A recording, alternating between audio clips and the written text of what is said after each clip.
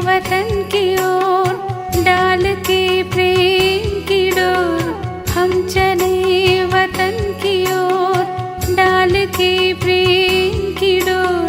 बाबा खींच रहा है आज सहज ही अपनी ओर, हम चले वतन की ओर।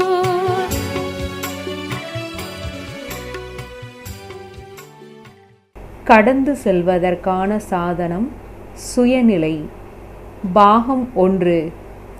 வியக்தத்தில் இருந்து கொண்டே அவ்வியக்த நிலையில் இருப்பதற்கான பயிற்சி இப்பொழுது எளிதாகிவிட்டது. எப்பொழுது எங்கு தன்னுடைய புத்தியை ஈடுபடுத்த விரும்புகிறீர்களோ அப்படி ஈடுபடுத்த முடியும். இந்த பயிற்சியை அதிகரிப்பதற்காக தன்னுடைய வீட்டிற்கு, அதாவது பட்டியில் வருகிறீர்கள். எனவே இங்கே குறைந்த காலத்தில் ஏற்படும் அனுபவத்தை நிரந்தரமாக ஆக்குவதற்கு முயற்சி செய்ய வேண்டும். எப்படி இங்கு பட்டியில் மற்றும் மதுபனில் போகும் பொழுதும் வரும் பொழுதும் தன்னை அவ்வக்த பரிஸ்தா என்று நினைக்கிறீர்கள், அதேபோல் கர்மக்ஷேத்திரத்தில் மற்றும் சேவை பூமியிலும் இந்த பயிற்சியை தன்னுடனேயே வைத்து கொள்ள வேண்டும். ஒரு தடவை செய்த அனுபவத்தை எங்கேயும் நினைவு செய்ய முடியும். அப்படி இங்கே ஏற்பட்ட அனுபவத்தை அங்கேயும் நினைவு செய்வதினால் மற்றும் இங்கேயுள்ள நிலையில் அங்கேயும் நிலைத்திருப்பதினால் புத்திக்கு பழக்கம் ஏற்பட்டுவிடும். எப்படி லௌகீக வாழ்க்கையில் விரும்பாவிட்டாலும் ஒரு பழக்கம் தன் பக்கம் இழுத்து விடுகிறது, அதேபோல் அவ்வியக்த நிலையில் நிலைத்திருப்பதற்கான பழக்கம் ஏற்பட்ட பிறகு இந்த பழக்கம் தானாகவே அதன் பக்கம் இழுக்கும். இவ்வளவு முயற்சி செய்து கொண்டும் சில ஆத்மாக்கள் அப்படியும் இருக்கிறார்கள். இது என்னுடைய பழக்கம் என்று இப்பொழுது கூட கூறுகிறார்கள். என் பலகீனம் இருக்கிறது, ஏன் கோபப்பட்டீர்கள், மென்மையானவர்களாக ஏன் ஆனீர்கள் என்று கேட்டால் இது என்னுடைய பழக்கம் என்று கூறுவார்கள். இந்த மாதிரி பதிலை இப்பொழுது கூட சொல்கிறார்கள். அதேபோல் இந்த நிலை மற்றும் இந்த பயிற்சியின் பழக்கம் ஏற்பட்டு விட்டது என்றால் பிறகு விரும்பாவிட்டாலும் கூட இந்த அவ்வியக்த நிலையின் பழக்கம் தன் பக்கம் கவர்ந்தெழுக்கும். இந்த பழக்கம் உங்களை நீதிமன்றத்திற்கு செல்வதிலிருந்து காப்பாற்றும். புரிந்ததா? எப்பொழுது தீய பழக்கத்தை தன்னிடம் வைத்து கொள்ள முடியும் என்றால் இந்த பழக்கத்தை ஏற்படுத்தி கொள்ள முடியாதா என்ன? 2-3 தடவை கூட ஏதாவது ஒரு விஷயத்தை நடைமுறையில் கொண்டு வரப்படுகிறது என்றால் நடைமுறையில் கொண்டு வருவதினால் பழக்கமாகிவிடுகிறது. இங்கு இந்த பட்டியில் மற்றும் மதுபனில் இந்த பயிற்சியை நடைமுறையில் கொண்டு வருகிறீர்கள்தான் இல்லையா? எப்பொழுது இங்கு நடைமுறையில் கொண்டு வருகிறீர்களோ மற்றும் பயிற்சி ஆகிவிடுகிறது என்றால் அந்த பயிற்சியாகப்பட்டது என்னவாகிவிட வேண்டும்? இயற்கையானதாகவும் இயல்பானதாகவும் ஆகிவிட வேண்டும். புரிந்ததா? எப்படி இது என்னுடைய இயல்பு என்று கூறுகிறார்கள் இல்லையா? அப்படி இந்த பயிற்சி மூலமாக இயற்கை மற்றும் இயல்பானதாக ஆகிவிட வேண்டும். இந்த நிலை எப்பொழுது இயல்பானதாக ஆகிவிடுகிறது என்றால் பிறகு என்னவாகும்? இயற்கையின் விநாசம் ஏற்பட்டுவிடும். உங்களுடைய இயல்பு உருவாகாத காரணத்தினால் இந்த இயற்கையின் விநாசம் நின்று கொண்டிருக்கிறது. ஏனென்றால் ஒருவேளை எதிர்நோக்குபவர் தன்னுடைய சுயநிலை மூலமாக அந்த சூழ்நிலைகளை கடக்க முடியவில்லை என்றால் அந்த சூழ்நிலைகள் எப்படி வரும்? எதிர்நோக்குபவர் இப்பொழுது தயாராகவில்லை. எனவே இந்த திரை அகற்றுவதற்கு காலதாமதமாகிறது. இதுவரை இந்த பழைய பழக்கங்களிலிருந்து, பழைய சமஸ்காரங்களிலிருந்து, பழைய விஷயங்களிலிருந்து, பழைய உலகிலிருந்து, பழைய உடலின் உறவினர்களிலிருந்து வைராக்கியம் ஏற்படவில்லை.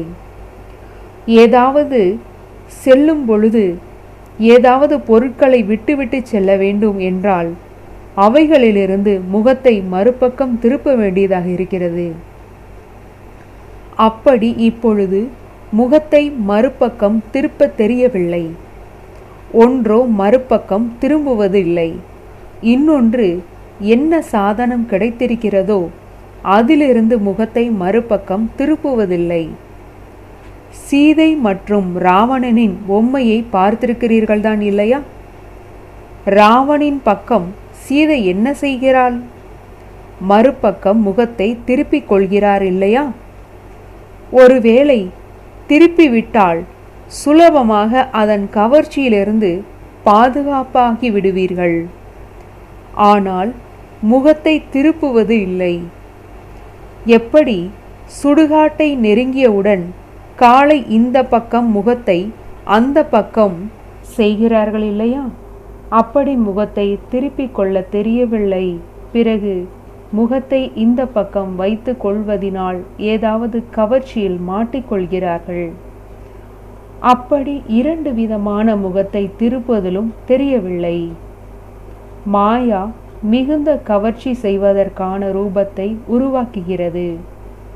எனவே விரும்பாவிட்டாலும் மறுபக்கம் திருப்புவதற்கு பதிலாக கவர்ச்சியில் வந்து விடுகிறார்கள்.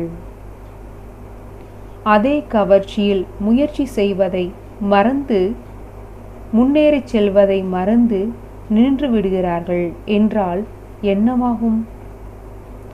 இலக்கை சென்றடைவதில் கால தாமதமாகிவிடுகிறது. குமாரர்களின் வட்டி நடக்கிறது இல்லையா? குமாரர்களுக்கு இந்த பொம்மையை எதிரில் வைத்து கொள்ள வேண்டும். மாயாவின் பக்கம் முகத்தை வைத்து கொள்கிறார்கள். மாயாவின் பக்கம் முகத்தை வைத்து கொள்வதினால் மாயாவின் பக்கத்திலிருந்து வரும் சோதனைகளை எதிர்கொள்ள முடிவதில்லை. ஒருவேளை அந்த பக்கம் முகத்தை வைக்கவில்லை என்றால் மாயாவின் சோதனைகளை எதிர்கொள்ள முடியும். நல்லது. எப்பொழுதும் தூய்மையாக மற்றும் உயர்ந்த நிலையில் இருப்பதற்கான குமாரர்களின் நினைவு சின்னம் எது என்று தெரியுமா? சனந்த் குமார். அவரின் விசேஷமாக என்ன காண்பிக்கிறார்கள்? அவரை எப்பொழுதும் சிறிய குமார் ரூபத்தில்தான் காண்பிக்கிறார்கள். அவருக்கு எப்பொழுதும் 5 வயது இருக்கிறது என்று கூறுகிறார். இது தூய்மையின் மகிமையாகும். எப்படி 5 வயது சிறிய பையன் எப்பொழுதும் தூய்மையாக இருக்கிறார் இல்லையா? சம்பந்தங்களின் கவர்ச்சியிலிருந்து தூரமாக இருக்கிறார். அப்படி லௌகீக குடும்பம் எத்தனைதான் இருந்தாலும் சிறிய குழந்தை தூய்மையாக இருப்பது போல் உங்களுடைய நிலை இருக்க வேண்டும். இது தூய்மையின் நினைவு சின்னம்தான். குமார் என்றால் தூய்மையான நிலை. அதிலேயும் ஒருவரை மட்டும் காண்பிக்கவில்லை, குழுவை காண்பித்திருக்கிறார்கள். உதாரணமாக கொஞ்சம்தான் காண்பிக்கப்படுகிறது. அப்படி இது உங்கள் அனைவரின் குழுவின் நினைவு சின்னமாகும். அந்த மாதிரி எண்ணம் அளவிலும் அனுபவத்திலும் தூய்மையின்மை இல்லாததுதான் தூய்மை என்று கூறப்படுகிறது.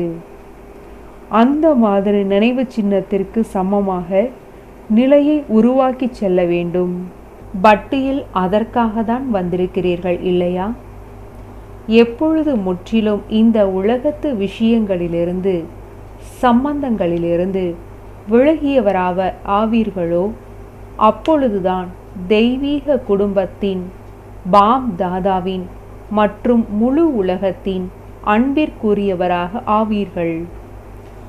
உலகில் வழக்கப்படி கூட எப்பொழுது ஒருவர் உறவினர்களிடமிருந்து விலகியிருக்கிறார், குடும்பத்தில் இருந்து விலகியிருக்கிறார் என்றால் விலகியிருந்த பிறகு மிகவும் அன்பிற்குரியவராக ஆகிறார். மேலும் ஒருவேளை அவர்களுடன் இருந்து அவர்களின் உறவின் பற்றுதலில் இருக்கிறார் என்றால் இவ்வளவு அன்பிற்குரியவராக ஆவதில்லை. இது லௌகீக விஷயமாகும். ஆனால் இங்கு ஞானம் நிறைந்து விலகியிருப்பவர் ஆக வேண்டும். வெளியில் இருந்து மட்டும் விலகியவராக ஆக வேண்டாம். மனதின் ஈடுபாடு இருக்க வேண்டாம். எவ்வளவிற்கு எவ்வளவு விலகியவராக ஆவீர்களோ அவ்வளவு அன்பிற்குரியவராக அவசியம் ஆவீர்கள். இப்பொழுது தன்னுடைய உடலிலிருந்தும் விலகியவராக ஆகிவிடுவீர்கள் என்றால் அந்த விலகியிருப்பதின் நிலை தனக்கே பிடித்தமானதாக இருக்கிறது என்ற அந்த அனுபவத்தை எப்பொழுதாவது செய்திருக்கிறீர்களா? எப்பொழுது தன்னுடைய விலகியிருப்பதின் நிலை தனக்கே பிரியமானதாக இருக்கிறது என்றால் பற்றுதலிலிருந்து விலகிய நிலை பிரியமானதாக இருக்காதா என்ன? எந்த நாள் உடல் மேல் பற்றுதல் ஏற்படுகிறது, விலகிய நிலை இருப்பதில்லை என்றால் தனக்குத்தானே பிரியமானவராக இருப்பதில்லை, துயரம் அடைந்து விடுகிறீர்கள். அதேபோல் வெளியில் உள்ள பற்றுதலில் இருந்து ஒருவேளை விலகியவராக ஆகவில்லை என்றால் அன்பிற்குரியவராக ஆவதற்கு பதிலாக துயரம் அடைந்து விடுகிறீர்கள். இந்த அனுபவம் அனைவருக்கும் இருக்கும். அந்த மாதிரி அனுபவத்தை நிரந்தரமாக ஏற்படுத்த முடிவதில்லை. உங்களில் யாராவது இந்த விலகிய நிலை மற்றும் அன்பிற்குரிய நிலையை அனுபவம் செய்யாதவர்கள் இருக்கிறீர்களா? தன்னை யோகி என்று கூறிக்கொள்கிறீர்கள். எப்பொழுது தன்னை சகஜ யோகி என்று கூறுகிறீர்கள் என்றால் அந்த அனுபவம் செய்யவில்லை என்பது இருக்க முடியாது. இல்லை என்றால் இந்த பட்டத்தை தனக்கு கொடுக்க முடியாது. யோகி என்றால் இந்த தகுதி இருக்கிறது, அப்பொழுதுதான் யோகி என்பதாகும். இல்லை என்றால் தன்னுடைய அறிமுகத்தில் நாங்கள் சகஜ ராஜயோக பட்டியின் மாணவர்கள் என்ற வார்த்தையை கூற முடியாது. மாணவர்கள்தான் இல்லையா? மாணவர்களுக்கு படிப்பின் அனுபவம் இல்லை என்பது இருக்க முடியாது. ஆனால் இந்த அனுபவத்தை எவ்வளவு நிரந்தரமாக ஆக்க முடியும் மற்றும் எவ்வளவு குறைந்த காலத்திற்கு அனுபவம் செய்கிறீர்கள் என்பது வேறு விஷயம். இந்த வித்தியாசம் இருக்க முடியும். ஆனால் யார் பழைய மாணவர்களோ அவர்களுக்கு அனுபவம் குறைந்த காலத்திற்கு இருக்க முடியாது. ஒருவேளை இதுவரை குறைந்த காலத்திற்கு தான் இருக்கிறது என்றால் பின்பு என்னவாகும்? சங்கம யுகத்தின் ஆஸ்தி மற்றும் எதிர்காலத்து ஆஸ்தி இரண்டும் குறைந்த காலத்திற்காக தான் கிடைக்கும். புரிந்ததா? முழு காலத்திற்கும் என்ன ஆஸ்தி அடைய வேண்டுமோ அதை அடைய முடியாது. குறைந்த காலத்திற்கு அடைவார்கள். இதிலேயே திருப்தியாக இருக்கிறீர்களா என்ன? இன்று குமாரர்களின் பட்டியின் ஆரம்பம் இல்லையா? பட்டியின் ஆரம்பம் என்றால் உறுதி ஆவதின் ஆரம்பமாகும்.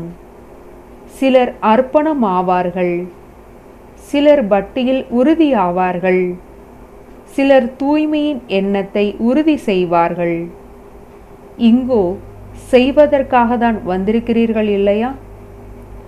என்ன சொன்னீர்களோ அதை செய்தீர்களா என்பதை இப்பொழுது பார்க்க வேண்டும்.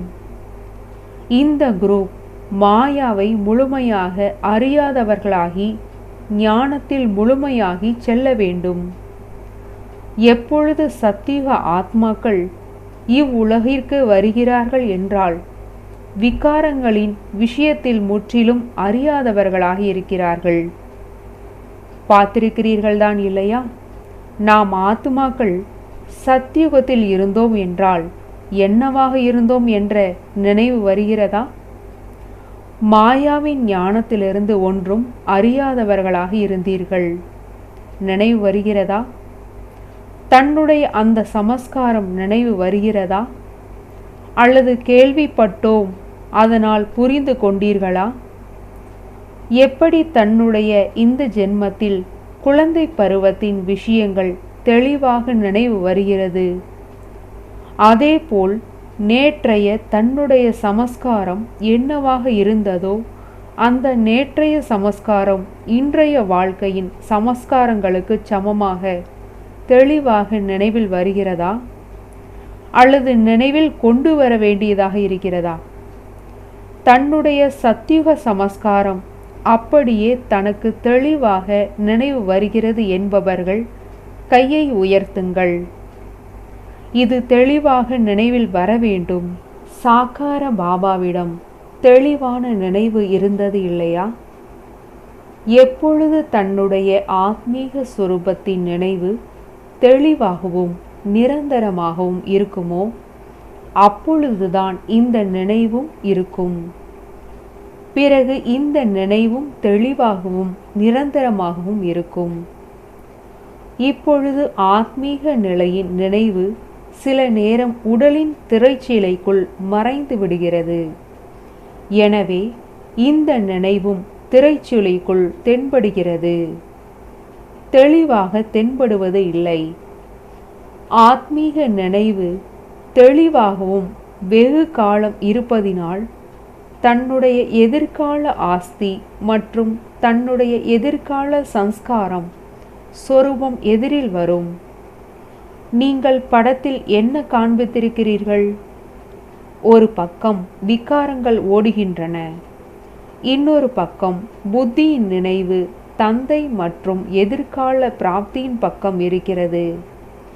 இந்த லக்ஷ்மி நாராயணனின் படத்தினை காண்பித்திருக்கிறீர்கள் இல்லையா? இந்த படம் எதற்காக உருவாக்கியிருக்கிறீர்கள்? மற்றவர்களுக்காகவா அல்லது தன்னுடைய நிலைக்காகவா? எப்படி எதிர்கால சமஸ்காரங்களை தெளிவாக நினைவில் கொண்டு வருவதற்காக ஆத்மீக சுரூபத்தின் நினைவு நிரந்தரமாக மற்றும் தெளிவாக இருக்கட்டும்.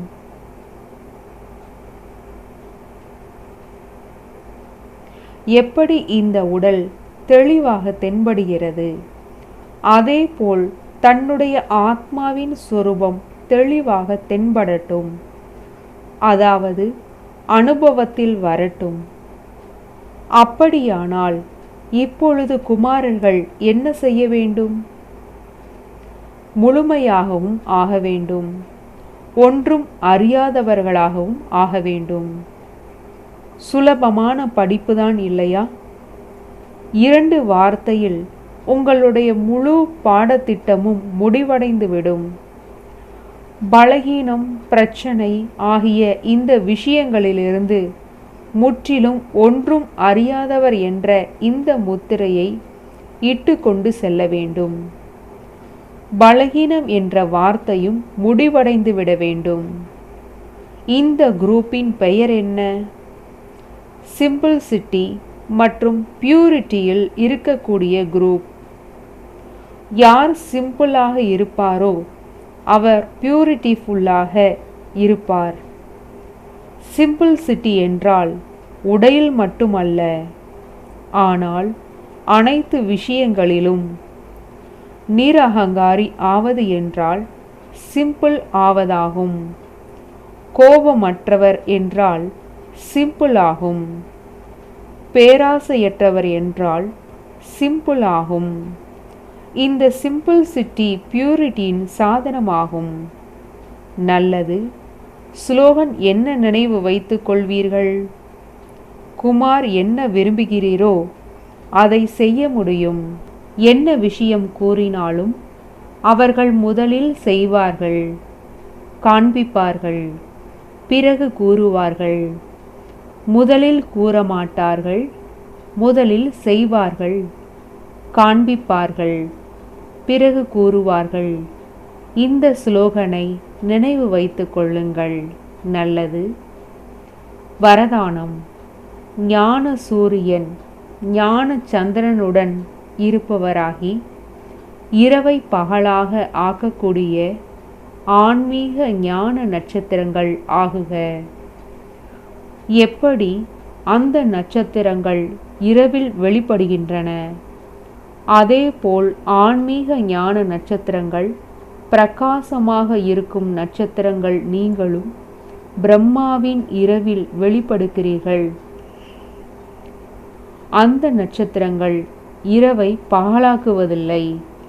ஆனால் நீங்கள் ஞான சூரியன் ஞான சந்திரனுடன் இருப்பவராகி இரவை பகலாக்குகிறீர்கள். அவை ஆகாயத்தின் நட்சத்திரங்கள், நீங்கள் பூமியின் நட்சத்திரங்கள். அவை இயற்கையின் சக்தியாகும். நீங்கள் பரமாத்மா நட்சத்திரங்கள் ஆவீர்கள்.